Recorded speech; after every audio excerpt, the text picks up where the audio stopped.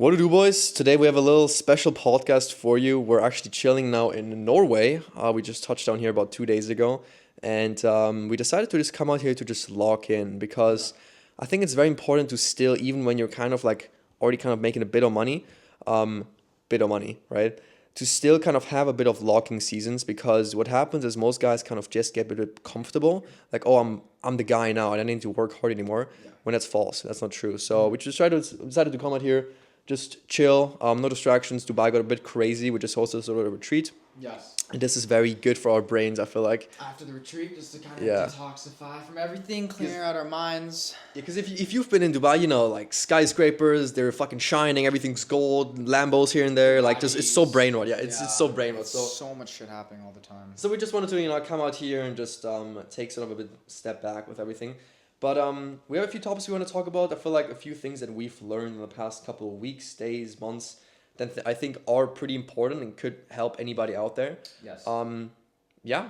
So basically, we're going to kind of start this off with when it comes down to managing your emotions in business. This is probably one of the most important things because I've seen people come and go very quickly when it comes to running any sort of business. You can be a fucking landscaper and this would apply to you. If you are attached to your emotions whatsoever within your life, as a man especially, women, you guys are supposed to be doing other shit, but as a man especially, it's like you're gonna fucking cook yourself pretty quickly.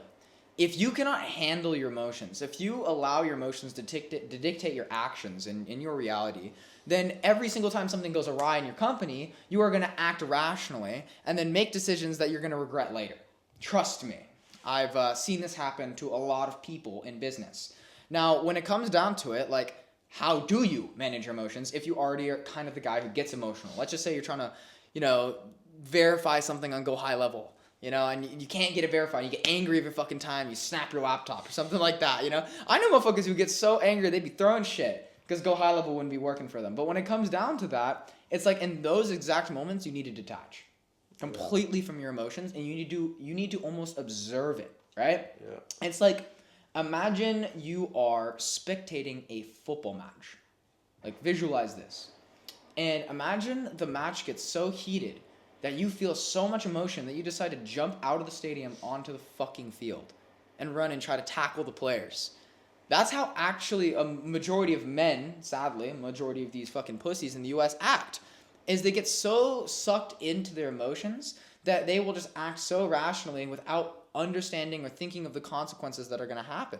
It's like, I've seen people fucking throw shit because Go High Level doesn't work, and I've seen people just give up because things aren't working. Bro, I'm gonna be honest, that's me sometimes, bro. Sometimes I would just like bang on my fucking like desk because shit is not working. Yeah. Especially like, bro, slow Wi-Fi is rage baiting me, bro. Whenever I have slow Wi-Fi, I'm fucking just freaking out. It's weird though because once you're able to detach and you're able to kind of just observe without participation, and you're able to just observe what is happening from a third world perspective, you can make judgments though in a way better way. You can actively make decisions in a way that you wouldn't have been able to beforehand because you would have been just swept into it, and you wouldn't have been able to detach. I've seen motherfuckers get so angry they just book a plane flight home because of something bad that happens. And it's like, then they regret it immediately later. And it's like, think about it from this perspective, which is a very, very, very extreme perspective. But think about a school shooter. Think about a rapist. Think about someone who's so emotional that they just do something so horrible in reality because they get so swept into the negative, intrusive thoughts that they have. We all have intrusive thoughts. We've all had horrible thoughts before. But it's the ones who act upon them that actively are the ones that are doing pretty bad shit in reality. Yeah. Now, when it comes down to it, it's like what you need to understand, and this is a lesson that I've talked about beforehand, and this is something you need to apply to business, is you are not your thoughts. You are the one that actively, consciously observes every single thought that goes through your mind. I remember I asked one person one time, I was like, are you your thoughts? And they said, yeah. I was like, whoa. You think about killing someone, are you going to do it? No. Why? Well, that's morally incorrect, man. I just wouldn't do that. Okay, well, what if you were angry? What if you were so fucking angry at someone and your emotions were so high and so potent that you just did it, right? What's the difference there? Well, I mean, I would be filled with rage and anger and emotion. Okay, well, you need to detach from that. It's like, there's so many people out there, and there are lots of cases of this, of people who murder people and immediately regret it after and don't even know what came over them. It's like so, but even with gambling as well, for example, Yes. it's like people just go to Vegas and there's clips of people just like crying in their hotel rooms, like banging on the floor. It's like, my God. bro, it's like just sort of this sort of acting upon emotions is so dangerous, especially as a man, because, Yes. bro, whenever you're emotional, you're not rational. Yes. And emotions can be very dangerous. Like, you're not a woman at the end of the day, bro. So you have to Yes. learn how to manage it, bro. Yes. So it's like, bro, especially in business as well, bro, like emotions are gonna fuck you because you'll want to do shit you're not supposed to do. Like, change your niche, change up the offer. Let's say you have on 10 sales calls, you get no closes. What do you do? If you change up your whole business, you switch niche, you maybe Yes. even do something else, like let's say dropshipping instead of agency, Yes. then you're cooked. Then you have pretty much the attention span of a 3-year-old, and then you'll just not make it very far. I'm sorry, right? So instead, if you take 10 sales calls, you get no closes. What do you do? If you just keep on going like nothing happened, good. You know, that's what you're supposed to do because 10 is not enough data to kind of really determine if your shit actually works. Now, right? we're not telling you guys to not be emotional and be cold. I feel emotions probably stronger than most of you motherfuckers out there. Okay? Seriously, I feel emotions so fucking strong. For myself, ever since I was 14, ever since I had that experience, you guys know about that, my emotions have been crazy. But guess what? Do I act upon them? No. I'll feel them. I won't even react to them, though. If you know what I mean. Yeah. I won't ever react to them. I used to be the type of guy who would. Back in high school, I was pretty retarded. I would just do shit. And it was just because I would feel something and I would just go do it. Someone would get me angry and I just go fucking, oh my God, it would be really bad. I remember I had this kid, bro, and he'd always fucking make fun of me. He'd always fucking bully me. He'd always just fucking treat me like shit. He always said I wouldn't amount to anything. And he always fucking just push me to the edge, to the point where I got so emotional. You know what I did? I smashed this motherfucker's windshield with a rock. I smashed that shit while he was driving. And he almost fucking crashed. And it was insane. And after that, I obviously was like, what the fuck happened? What came over me? My emotions. I was, one, a child at the time. And two, I had done psychotropic things that had maybe opened me up to my emotions to the point where I didn't know how to manage them. Now, what you guys need to do is not be emotionless, but learn how to actively fucking manage your emotions. Because if you can do that, then everything will work as a result for you instead of to you. And bro, I feel like this is such a like big beginner mistake. Like I remember like me starting out, especially in business, bro. Especially if you're younger, like 15, 16, 17, like you never learn how to actually properly sort of manage your emotions. Yeah. Like you're being told by the media, oh, you know, being emotional, like you have to be emotional, cry. It's like they said it to like the sort of younger generation, like men should cry. It's fucking unbelievable. It's like, bro, you know, it's like we never really learn how to manage that shit, and that's like why with me, for example, like 2 years ago when I started out, when something wouldn't work, I would just switch it all up because I just didn't know any better, right? But you have to kind of go through that at some point to kind of like, you know better and then, you know, really take better action and learn from it, right? But when it comes down to this, well, like beginner mistakes, I feel like there's a lot of things people kind of mess up with. I feel like agency, let's keep it agency specific. I feel like one of the main things is people just work on the wrong shit. You know what I mean? It's like they just set up their website for like 2 weeks. They just work on unmeaningful stuff. For example, prime example, yesterday we had a coaching call. You had a coaching call with someone that had the wrong priorities. And it's like, bro, I think he joined about 2 weeks ago. It was a lot more than that. Well, yeah, it was also that too, but keep going. Yeah, so what happened is, like, I thought this guy is working on the right stuff, MMA, you know, money-making activities. Turns out he was just working 16 hours a day on systems, apparently. Systems, whatever that means. He was proactively procrastinating on the worst shit you could do. So it's sort of like this mental masturbation where you're working, but then you're working on unmeaningful stuff that is not really going to do anything for you. Yes. And I think that's a sign, that's a form of self-sabotage where it's like you don't want to work on the stuff that hurts, which is outreaching to clients, signing clients on, delivering the service, because you feel like you're not at a point yet where you deserve to sign on clients because you have this sort of imposter syndrome. Yes. I had that at the start, bro. So it's like, bro, I used to meaningful. I used to hope for no-shows so I can just like do fuck all and do something else. Yeah. I used to book people. I used to do cold calls. I used to do the hard work. But then when it comes to the meaningful work, just signing on people, I used to hope that they no-show so I can just chill and do nothing. Yeah. You know what I mean? It's like sort of this paradox. It's very interesting. So I feel like you're just gonna snap out of it, and the way you snap out of it is just by I think burning all bridges, but just putting yourself into a position or into a You situation. have to do it, and the Where- thing yeah. is this guy also, he has to do it. He actually has to. He But has, he just, yeah. here's also the other thing. The perception he has on problems and problem solving is horrible. And this is just out of a place of, I'm trying to help you, bro. But if you view everything that's coming your way as a problem and a setback, it will become one. If you view it as a stepping stone, it also will become one. Because how you see the world is how things will be.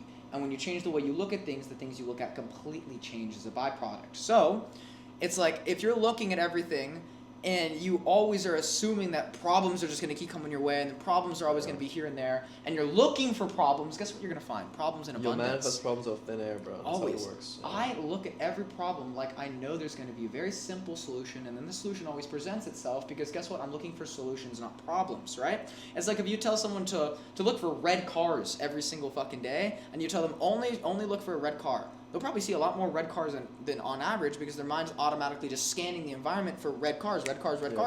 But it's also the same thing if your mind is also kind of subconsciously, programmed to just look for problems. Because then guess what's going to happen? You're just going to look for problems in abundance, and then what's going to happen? You're going to find them in abundance, you're going to keep getting problems, you're going to keep having setbacks, and things will never go your way. When I started just looking for simple solutions within everything, because there's a simple solution to every single problem you guys are actually facing, every simple solution just arose. They just came to me. It was so fucking easy. And at the same time, it's like, obviously, stress and having to do it makes you think in a very pessimistic way, but then makes you look for problems. But the thing is you need to relax your grip on reality. Most of you guys don't know how to do that. And once you're able to do that, then you can actively just sit back with a calm confidence and understand that there's going to be simple solutions to the problems that are coming your way. Stepping stones is a better word that I like to say. And then things will go your way in a way better way. Like, for example, if you're trying to fix anything technical within Go High Level, and you get angry because it's not going your way, you get angry and more frustrated, you're just never going to figure it out. Yep. You sometimes just need to calm down, sit there, breathe, and understand there's always going to be a simple solution. And once you start seeing the world through that perception, things will actively change. And you're going to see things that weren't there before because guess what? You're going to be seeing things in a way you never had before. And you know what's really crazy? I actually did research into this. When people change their perception on things fully, when they actively see the world through a completely new lens, it actively connects different parts of their brain that never have connected before. Mm-hmm. Very interesting. Certain parts of the brain connect that never have connected before, which means you can actively have thought patterns you've never had before, right? Mm-hmm. Which, guess what, allows you to solve problems in a way you never have also had before. Really fucking interesting. Most people don't understand that. Most people think in a pessimistic way because they've been programmed to since birth, and then they never change. And then they get fucked in business. When in reality, it's like once you can just change that perception, everything changes as byproduct. So, bro, if you're listening to this, you know what you're supposed to do. It is a mindset issue. Yeah. You know who you are. Yes. If you know, you know.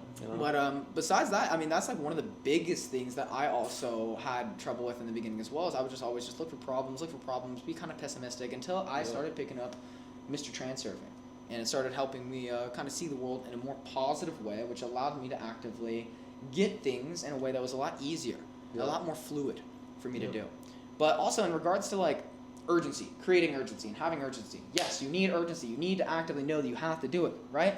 But if you put too much excess potential on doing it and too much importance on doing it, you are going to stress yourself out and make yourself see things in a very pessimistic way.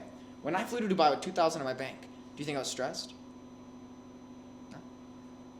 I knew I was going to fucking win. I knew I was going to win. I had so much confidence. I was like, I already was the type of guy who was making 100K a month. Even though I had 2,000 in my bank, I knew I was already the type of person who was acting in accordance with the guy who makes 100,000 a month. Now that was an old goal, obviously. Yeah. But it fucking helped me release my grip on reality. I landed. I didn't have stress. I didn't have excess importance on anything. So when I took those sales calls, I wasn't like needy to get the money. I just went through the process. I went with the flow of everything and how it went. I made around 60,000 that month in a way that most people would have thought was impossible. But I just knew it was going to come to me. I was taking fucking sales calls in hookah lounges. Music blasting next to me. Fucking C'est La Vie lasers coming up and down. Fucking shit. I'm still closing sales calls within these places. Yeah. Now, I know a lot of you guys might not even believe me. I could obviously pop up proof here as well. But it's very crazy to think about it.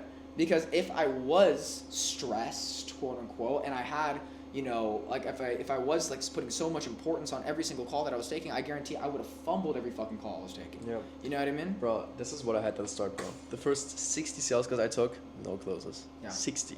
Yeah. In person, over Zoom, over Google Meet, Yeah. nothing, bro. Yeah. And here's the thing, bro. Like, you need a goal, like, in business, but if you put too much sort of, like, if that's your main focus, that's your life. Like, if your goal becomes your life, that's bad, I think. Yeah. Like, you have to have, like, abundance in all areas of life, whether that's, you know, health, fitness, dating, whatever it is. Like, if business is your life, I think that's gonna just not really work out. That's so just me. much access I feel like, potential, yeah. so much importance that you're Yeah, placing on because then everything. it's just like it's all about balance. But the whole, what's it called, the balancing forces are gonna come to sweep the whole thing up, and then basically zero again. We witnessed that actually, Yeah. a couple days ago actually. Yeah. I'm not gonna say much to it, but we just witnessed that. Yeah. So it's very interesting how it works. You can have everything, you can lose everything the next day. Yeah. It's very interesting, right? If you're the type of person that that happens to. That gets swept up in their emotions because people don't know what an induced transition is. And I'll actually give you guys a little transurfing fucking lesson, okay? In transurfing, an induced transition talks about how someone can go from everything to nothing in an instant, right? And usually that happens because they get swept up into emotions of fear, panic, stress, like the worst. Mm-hmm. And the strongest types of emotions that are really hard to detach from in the moment of actively experiencing them, right? But if you can just remember that it is just trying to sweep you into negativity and you can detach from said emotion in the moment, you'll save yourself. Sadly, some people don't. And they're not even bad people. There are a lot of good people that were very rich and just got really emotional and got swept into negativity, panic, stress, and lost it all just because they couldn't handle their emotions. It's not about being a good person or a bad person. It's not even about being high frequency or low frequency. It's about being the right frequency. And I don't think people understand that. Do you guys think Pablo Escobar was high frequency? No. He was the right frequency. Now, I'm not telling you guys to go fucking sell drugs and kill people, but I'm telling you guys that you have to understand how this works, especially with an induced transition that we literally watched just happened. It is fucking ridiculous. It's scary. Yeah, but when it comes down to like having urgency, right? This is the biggest thing that I did. I didn't say, I have to do it, I have to do it, I have to do it. I said, I get to do it. I love doing it. And obviously I need to do it, right? But I get to. When I landed in Dubai, it wasn't I have to, I'm fucked. I was like, bro, I get to. I'm so excited I get to make 100,000 this month. You know? If you can change your perception just in that small way, just tweak it a little bit, it is literally going to help you go so much further in business. Very quickly as well. Because I think a lot of you motherfuckers think that this shit's going to take years. When Oh yeah. Oh my God. that's the perception you have on it. Okay. let me say something about that, bro. Having time is, how people say, oh, have patience, like, you have time. No, you don't. Bro, I know 16-year-olds making, if I were to tell how much money they make, you probably not even believe me. You wouldn't even believe us. Hundreds of thousands. A month. Not even a year, per month. Per month. Right? You don't have time. Having time or thinking you have time is a psyop. It's a scam. Yeah. Because if you think you have time, you'll take it slow. You'll slack. You'll take days off. If you don't have urgency, Yes. then why would you even work in the first place? Oh, I'm gonna be a millionaire at like 30. So here's the thing: if you think that you're gonna be a millionaire at 30, like, you can just chill for the next 5 years and be fine. But if you want to be a millionaire this year, you have to work. You know what I mean? So like, it's sort of this different type of mindset. And the work that is required sometimes looks like hell to others, but is play to us because of the perception we have on the work, right? When I tell people that it's a sprint, that we're getting the plane off the ground, that they're not going to get 3 clients the first month they're working with us. We're going for 10. We're going for 15 immediately, right? Sometimes they look a little freaked out. But then I'm like, look, man, I know it seems intense. I know it seems like you have to do a lot, but is that going to be painful for you or is it going to be fun for you? Because the perception you have on it is the only thing that's going to dictate what it is, right? And it's like if you guys think that my life is hell because, I don't really sleep and I work all day and I'm doing this and that, you guys can have that perception and it will be hell for you if you try. But I love everything I'm doing. I feel like I'm in a constant flow state with everything I'm doing. And I enjoy waking up, different locations, fucking this shit, getting to do whatever the fuck I want, even though I'm constantly fucking going. And I love that. It's the perception I have on it which actually has changed it for me. And I guarantee if I just had the same perception as some of you, I'd probably view my life as hell. But I don't. And it's easy and it's fun for me. That's why scaling that first month was so easy and fun for me. And that's why we also have taught people as well around us to help them have that same perception so it's easier for them. A good example is Taz. Oh, yeah. Perfect example. Why did this guy fucking scale so quickly? The perception he has on everything. The way he looks at the world, the way he dresses, the way he articulates himself. Holy shit, this guy is fucking smart. But it's also because he has a good perception on everything. He is in high school. Full blown in high school. Has to go to class every single day. Comes home from school. And bro does not fucking, sleep. He literally gets like 3-hour increments of sleep, like here and there. He'll have like a little block of sleep, wake up, little block of sleep, wake up, little block of sleep. And he'll be coming home from school, in an Uber from hanging out with us in Dubai, and he'll just see everybody getting up, getting ready to go to school, and he'll just smile. And he was talking about it. He was like, I'll just smile, I'll just know him, and I'm doing my shit. I'm excited to do this shit every single day. And it's like, I guarantee his classmates look at his lifestyle and they're like, oh my God, you're not sleeping, you're doing this and that all day. But he's viewing his lifestyle in a way, and the perception that he has with everything that he does is benefiting him in such a way that obviously he's making a fucking doctor's salary now in high school. Which is crazy to think about. Yeah. Bro's 16. There are no excuses for any fucking one of you guys out here. There are people out here like, I don't have enough time. No, that's an excuse. Because the people at the top, they made now the right time. They didn't wait and fucking give themselves limitations on why right now couldn't have been the perfect time to start. They made now the perfect time, and they just took the initiative to fucking put themselves in a position that actively was going to benefit them. And they just did that because guess what? They knew where they wanted to go. And Taz knows where he wants to fucking go. Yep. Genuinely. That guy actually does. So, Kihua, how important do you think is brotherhood, especially in business? So, in my opinion, brotherhood is probably the strongest principle you need to hold on to. If you are not loyal to the men that are around you in every aspect of your life, then your business and your life will, in my opinion, crumble completely. And this is just because of what I've seen. Men who stab other men in the back, they never get anything out of life. They just continue to go down a negative, pessimistic hole that just leads them nowhere. And when it comes down to it, if you're the type of man where you have a gun to your head and someone's asking you for your friend's location and you just let them shoot you in the fucking head, that's the type of man that I would actively want to fucking be around, right? Because you're a man of your fucking word. You don't snake people. You don't go behind their back. And it's like having someone like that, having someone that you can trust to that degree, to the point of where they'd lose their life for you, is the fucking epitome of brotherhood, right? Do you guys think when me and Marco work together that I have to tell him to do anything? He just does it. Bro just does the shit he's supposed to do. Same with me. Do you think he tells me that I have to do anything? No. I just do it. Because that's how we are, and that's how we're supposed to be. It's not like I can't trust him with anything. I can trust Marco with everything in my reality because guess what? He's the type of man who's actively loyal, and he's proven that to me. And a lot of you guys think you can lone wolf this shit all the way up to the top. You can just do it by yourself when you need a fucking team. Okay? Yeah. Look at the guys at the top. Look at, Andrew and Tristan, for example. Look at their brotherhood. And maybe not just their brotherhood within each other, but look at their ecosystem that they have, right? Of people that they could just contact in an instant. And they could just, if they need be, get a fucking PJ out of fucking Dubai instantly, or a PJ out of Monaco instantly if an emergency happens. If you guys don't have a strong group of men specifically around you, when things do fall apart, when the Jews actively start fucking destroying everything, guess what? You're going to be fucked. You're going to be cooked. Because when it comes down to it, we... All right, little Matrix attack here. We're back. So yeah, as we're talking about brotherhood, if you do not have a strong brotherhood, you're just going to be fucked. In the future, in business, within everything. If you guys try to lone wolf this shit, like I was saying, it's not going to get you anywhere. Now, I'm going to give you an example of how real brotherhood's supposed to work. If you're in business with something, or something, and let's just say things aren't going the best. In the beginning, right? Like, I used to have old business partner. His name was Jordan. Yeah. If you're watching this, dude, you probably regret everything you fucking did. It's honestly pretty bad.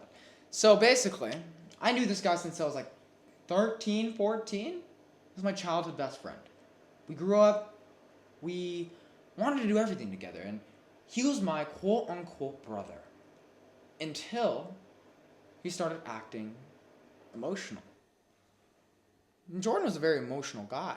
I've seen him cry a couple times. I've seen him go through it. He'd get really angry at things too, and just really act on them sometimes. I remember he was a really angry guy. The motherfucker would get really pissed, and he would just act on it. But he was still my best friend and my brother, and I wanted to go into business with him, right? So, little do you guys know, I actually started my first ever agency with this guy, and we got nowhere with it, right? Because half the time we'd be partying and doing bullshit. We weren't really actually locked into it, right? We wanted to be, but we weren't. This was when we were younger. It's called BZA Media, right?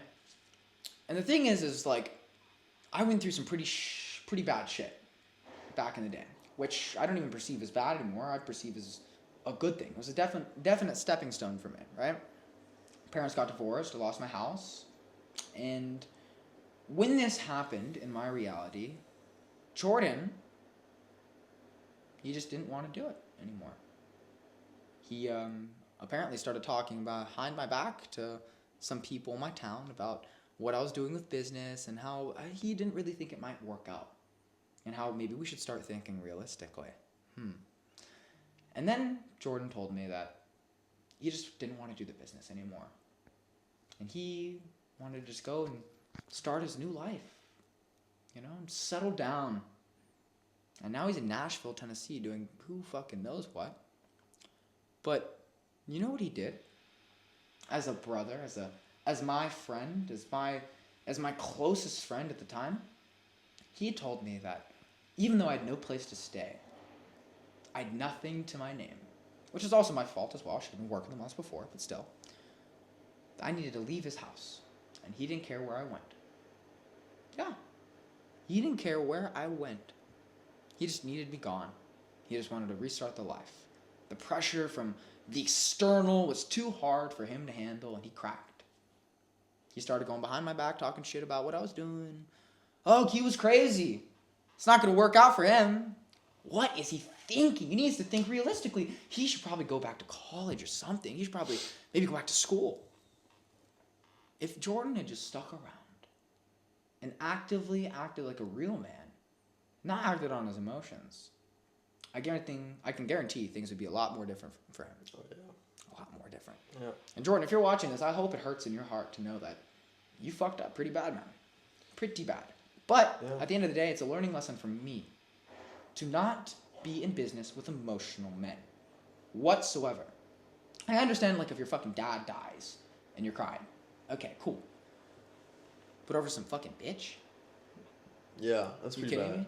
Over some bullshit? Bro, there's like 3 billion females on the planet. What the fuck are you? Kidding Yeah, me? what are you doing, bro? So it's very, very funny to see how this man actively reacted in reality when the external pressure around him made him cave in and lose his loyalty towards the only man in his life who would have actively fucking died for him. That's how much I gave a fuck about this guy. But when he told me, you need to leave, he drove me up to a park. And he was like, bro, I can't do this anymore. You gotta dip. You gotta go.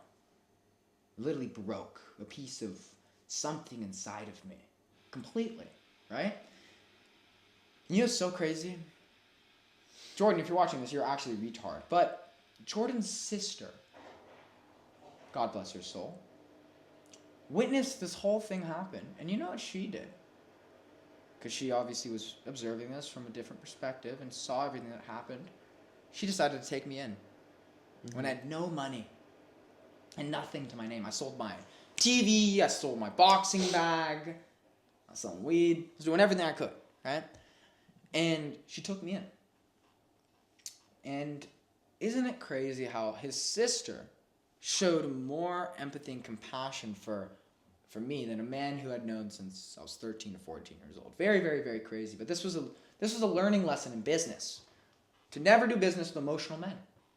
And never do business with men who are not loyal to you. There were times in in our friendship where I'd hear things, you know, maybe he'd be talking behind my back about this and that, like, you know, gossiping like a little woman.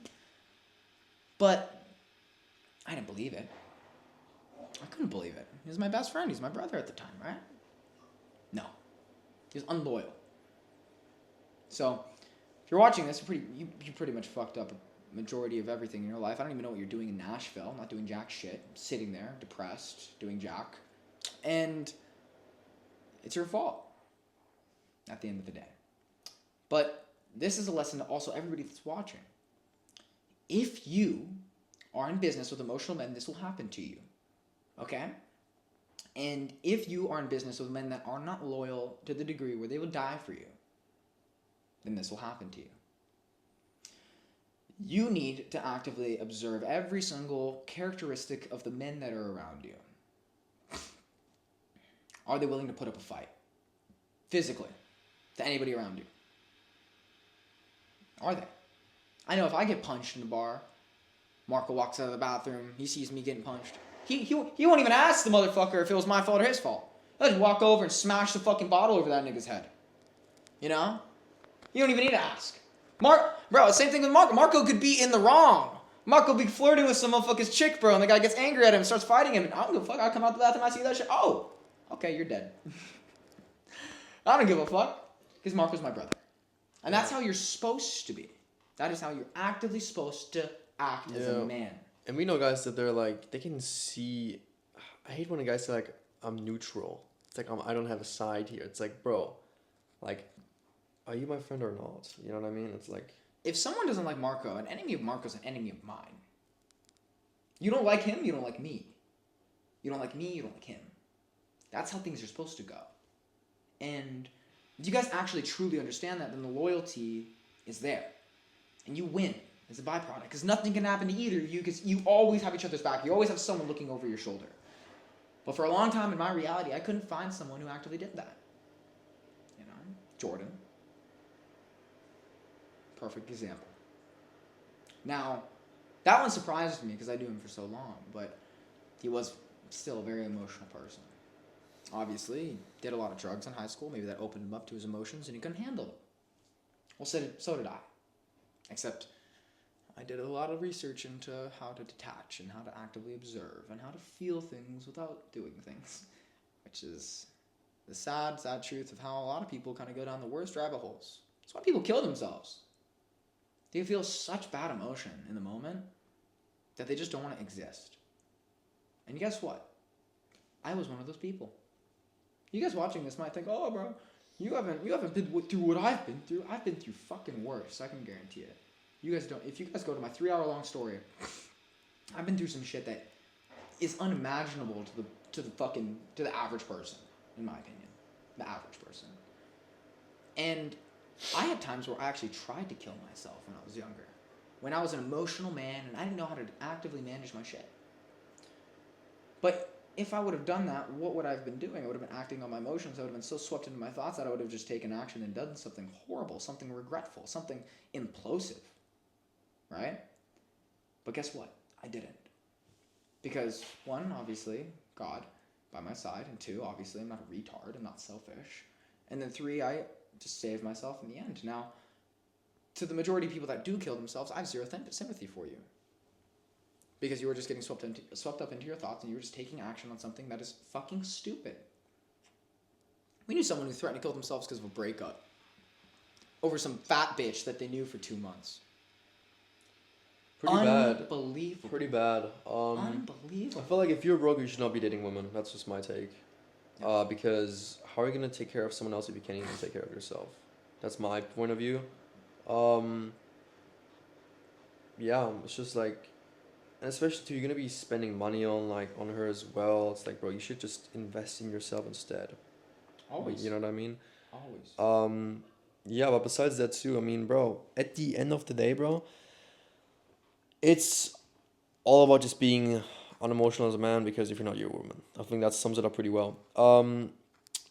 Let's talk more agency specific stuff.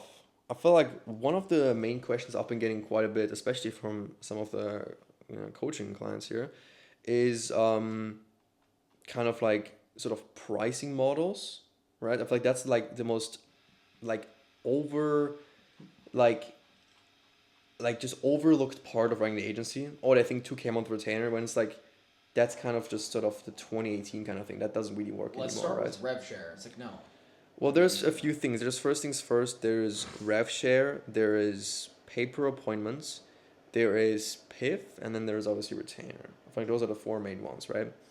I feel like rev share is something you should not really do unless you're just starting out and unless you're working with bigger companies. If you're working with a small company that makes like a million a year, for example, unless you're taking 50%, it doesn't really make much sense, Yeah. right? That's just me. I used to do revenue shares quite a bit at the start. That's pretty good to get clients in the door. But one thing as well, you should never really take on clients for free. Never. That's really bad. Because, bro, here's the thing, man. I took clients on in the past, I onboarded them, and I got ghosted.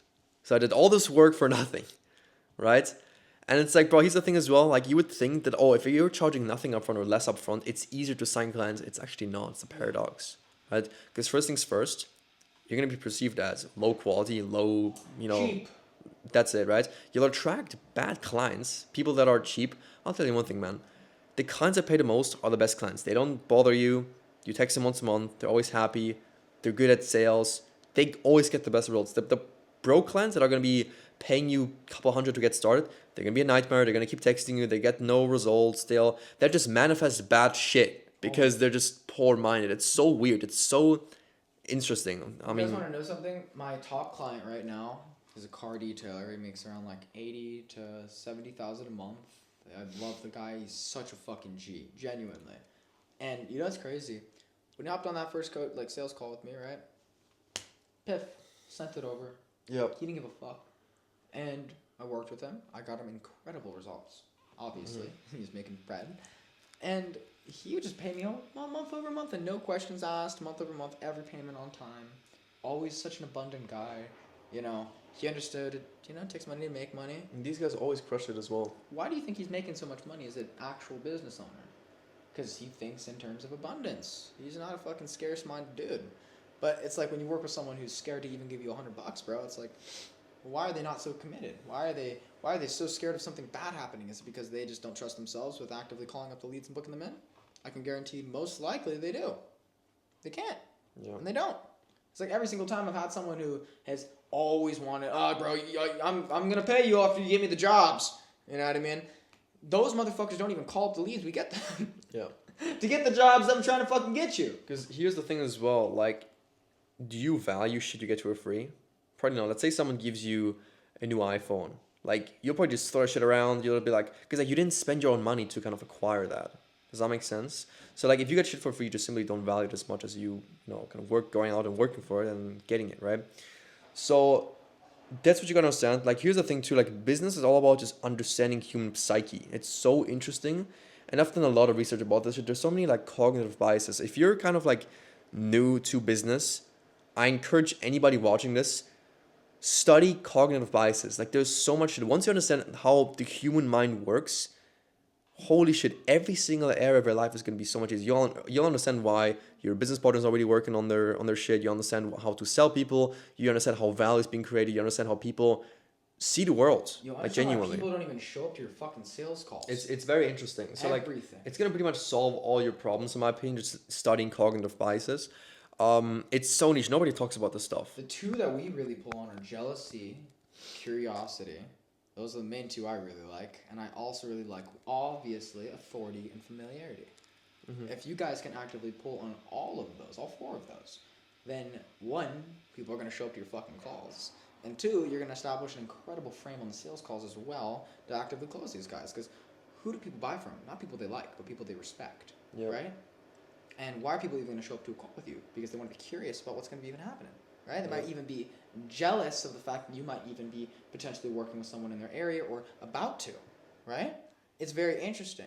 But if you're able to actively pull on these little, they're like little lockpick, things in their brain, you can actively unlock the lock that is their mind and get them to almost do anything you want. Now, that's obvious. It sounds a little manipulative, but it isn't at the end of the day. Because what we're doing is actually fucking helping business owners. Not just taking their money and just running away. And there's obviously sort of a bit more advanced stuff as well. Like, for example, what's it called? Consistency bias. There's Stockholm syndrome. There's so many different things. with consistency bias, for example, if you know the way the human mind works, it's like you need 7 touch points for you to make a sale. So let's say you reach out to someone, you can send them a follow-up, kind of call. You can send them a few kind of information over email. If you have sort of these small touch points and they add up to 7, I think 7 is like sort of the point where people buy 7 touch points before making a decision. You'll kill it. Like if you understand these small different things and how they apply to business, like you'll make it so much easier for yourself, right? Yeah, always. Stockholm syndrome. There's so many different ones. There's just so many different ones. But study that. I'm telling you. You have to. But bro, how would you say like how much would you say stress correlates to how much money you make? So for me, I don't view it as stress like it's bad. I view it as intensity and it's fun, right? I view it as I'm literally Aikidooing my way through all the shit that's coming towards me, right? Because stress has a negative connotation, right? But if you're able to handle the intensity of life, then you're going to be fine. Obviously, boys, you guys can't be a little soft pussy. When shit gets intense, you gotta fucking batter up the goddamn hatches and get ready to fucking sail that goddamn ship. But why does that have to be a painful, horrible, excruciating thing? I love fucking running into fucking battle. I love fucking grappling with life in different terms, if you know what I mean. Some people view it as a fight. I view it as a game. You know what I mean? And the game sometimes gets a little crazy. But sometimes that's just how it's going to be. And if you guys can't handle the intensity, if you guys can't handle the fire, then you're going to get fucked. That's all I got to say. It's like I've seen people come and go just because of the fact they can't handle the intensity that comes with putting in the amount of volume that's required. I tell people numbers that make them scared. 20 appointments, 30 appointments in a single day. Oh, how? Whoa. How the fuck am I even supposed to? You will figure it out. Yep. You will hire a closer. You will be double to triple booked. But guess what? That's a part of the game. Sending out fucking thousands of messages a day. That is a part of the game. Calling hundreds of people every single day. Having multiple setters on your team. And I was talking about this in my last video. Like, you guys thought I hired 1 or 2 people the first month? That is a joke. No, I hired like 50 to 60 people that first month. Some of them might be watching. And it's very crazy because I did things that most people wouldn't be willing to do because most people would view it in such a negative connotation that it would be too stressful for them to achieve. Very interesting. Yep. Very interesting. But yep. I viewed it as a game. It was fun. It was intense. And it is intense. And I love it. Every single day I wake up and I'm grateful for it. Most of you guys are waking up and you're fucking hating it. I have to do this.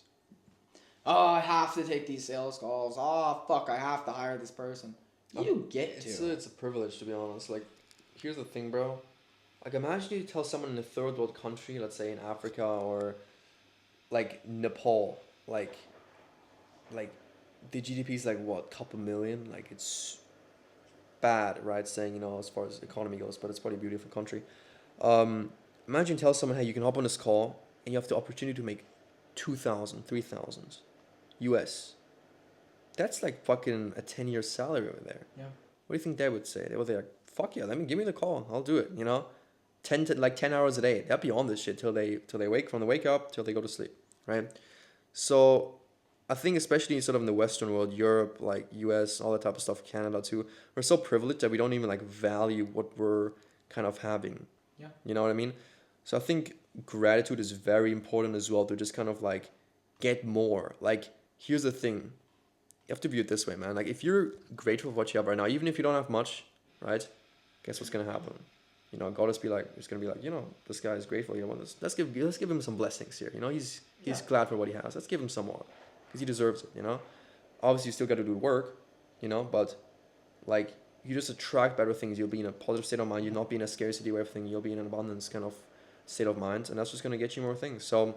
I was grateful for the graffiti-stained house I was sleeping in because guess what? If I wasn't in that house, I would have been sleeping on the floor and rain would have been on me. Can always be worse. Can always be worse. Can always be worse. Always be worse. Can also always be better though as well. That's the thing. Yeah. So there's two sides to it. And it's like you can't just like sit there and obviously just be grateful and pray and pray and pray. Like that's obviously nothing's gonna happen for you. But it's like if you put in the work and you are grateful and you have faith in what you're doing and you're putting in the inputs every day, God is going to give you what you have been actively looking to achieve at the end of the day. There's a funny parable of a man who he just prays every day. Oh God, God make me rich. God make me rich. God make me rich. Please, please, please make me rich. Why am I not rich? I'm praying. I have faith. God looks down and is like, bro, at least you could have bought a lottery ticket. Do something. At least you could have done something. If you would have taken the action, I would have given it to you. But you just sat around and prayed all day.